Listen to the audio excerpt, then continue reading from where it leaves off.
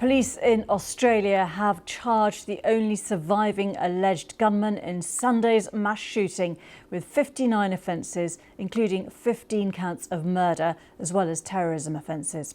Local media are reporting that 24-year-old Naveed Akram will face court in a bedside hearing this afternoon.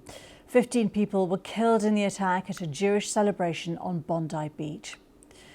Well, this is the scene live on Bondi Beach. 20 people are still in hospitals across Sydney after Sunday's attacks. And the authorities say one person remains in a critical condition. The first funerals for the victims have also now begun.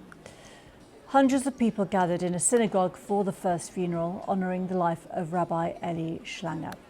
His death was described as an unspeakable loss for his community. Several senior politicians also attended the ceremony. Well, let's speak to our reporter Katie Silver, who is live in Bondi. Katie, obviously tremendously difficult times for all those who've lost loved ones. Absolutely, without a doubt, Geeta. And every night at this time, we have seen thousands standing here gathering to light the candles for the Festival of Light. It has just finished. It went for a service for about 90 or so minutes. A number of rabbis led the crowd, as I say, of thousands in prayers and song. We saw them lighting the candles.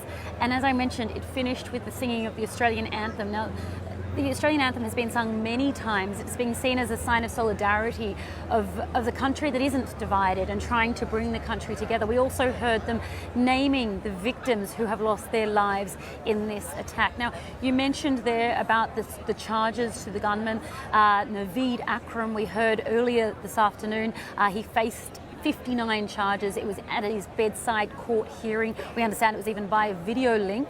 That was what court officials have told us.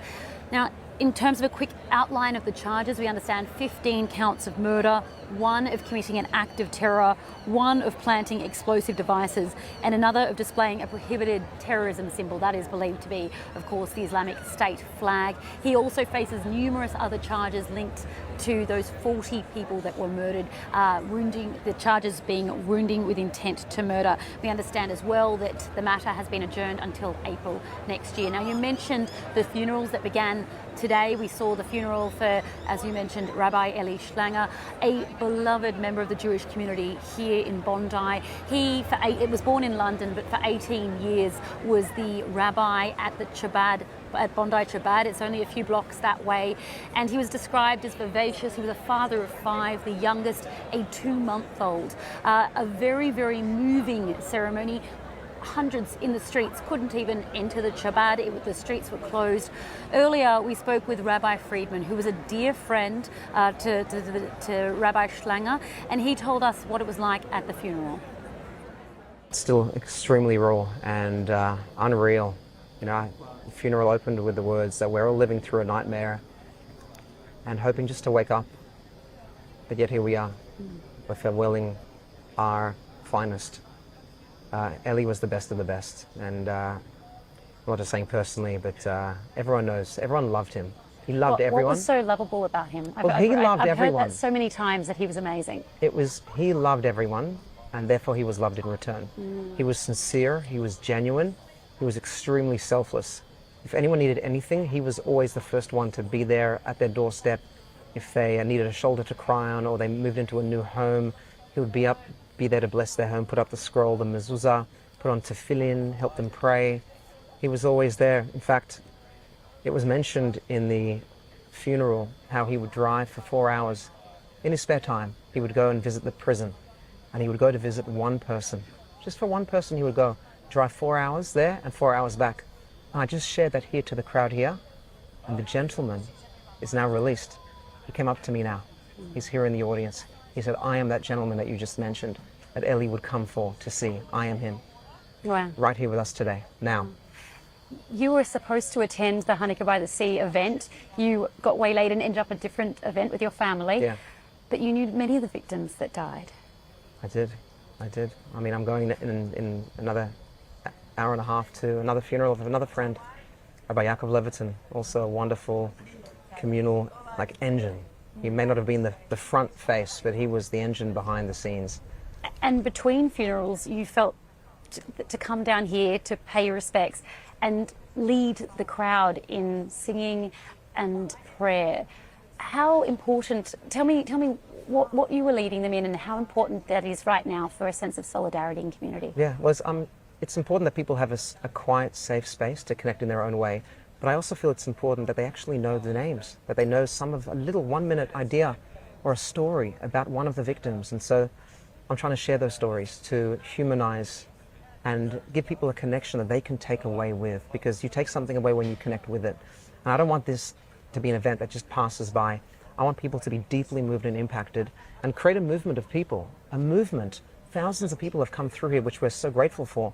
But if they can take something away and be charged to cause change and to bring more light into the world, which is what Rabbi Eli's mission was, to bring light. That was the overarching theme of the funeral, amidst the grief and the screams and the children now without their parents, and amidst all of that, there was strength and there was resilience and there was beauty, and most importantly, there was light. And it was the light of Rabbi Eli's mission and the pledge of all of us to continue his mission, to conquer that hate and conquer that darkness through light and through joy, and just doing exactly what Eli used to do.